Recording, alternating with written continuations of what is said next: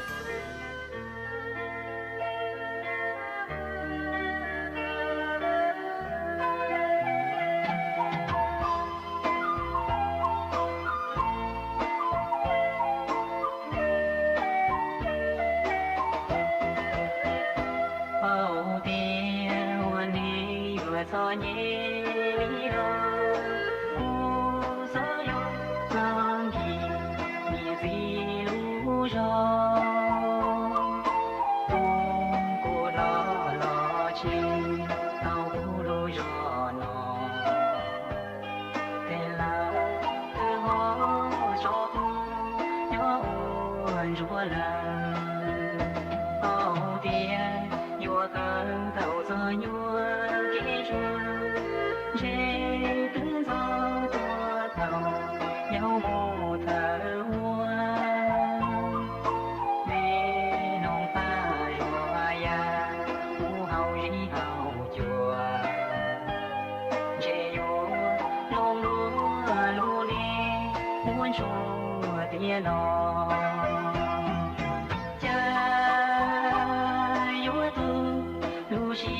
mùa lúa khen là ô lúa nè lòng đi ra mồ bì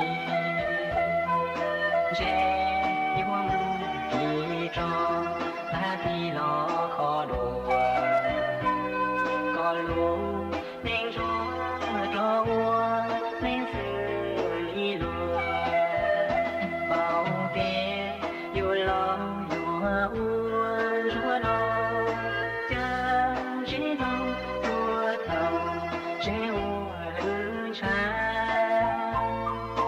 thì chỉ là ua nè nhỏ ta cũng tiền nó chế tư chỉ nhỏ buồn chua gió nhẹ lý nó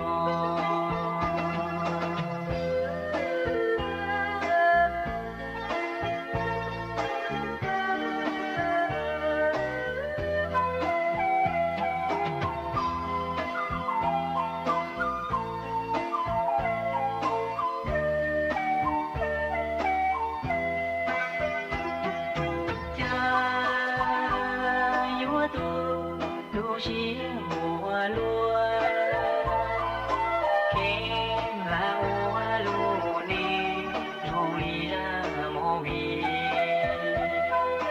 chế hoa mùa chỉ cho ta thì lo khó đùa có lúa nên xuống cho hoa nên xử lý lo bao tiền dù lo dù chỉ lo tua thầu chế hoa lư cha tiền chỉ là hoa nên nhỏ thằng tiền nó chế thứ chỉ nhỏ buồn chua gió nhẹ lý lo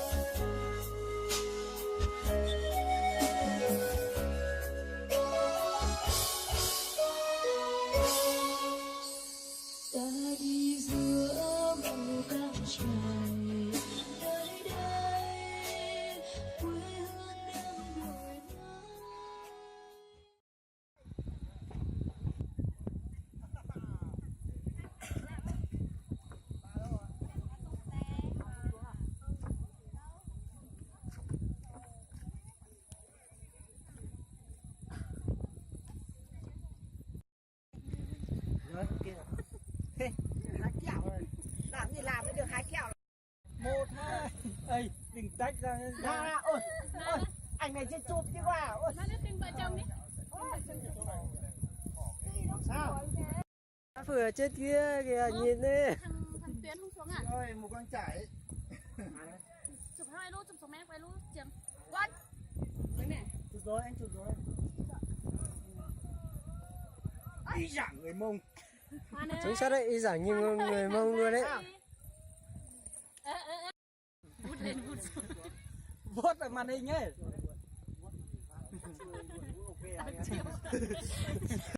lấy hết luôn xem ở đây đi. Ôi Rồi anh chụp thế là mất hết cả mây pha lê của em rồi. Anh phải chụp tươi nữa này. Trời ơi. Anh chụp lấy cái gì dưới đấy đây? Giữa Ui mấy pha lê đẹp rồi. Ôi anh. Nhưng mà kệ mặt kệ chứ. Anh ơi cho em xin về thì em chụp một kiểu ảnh nhá. Được hết.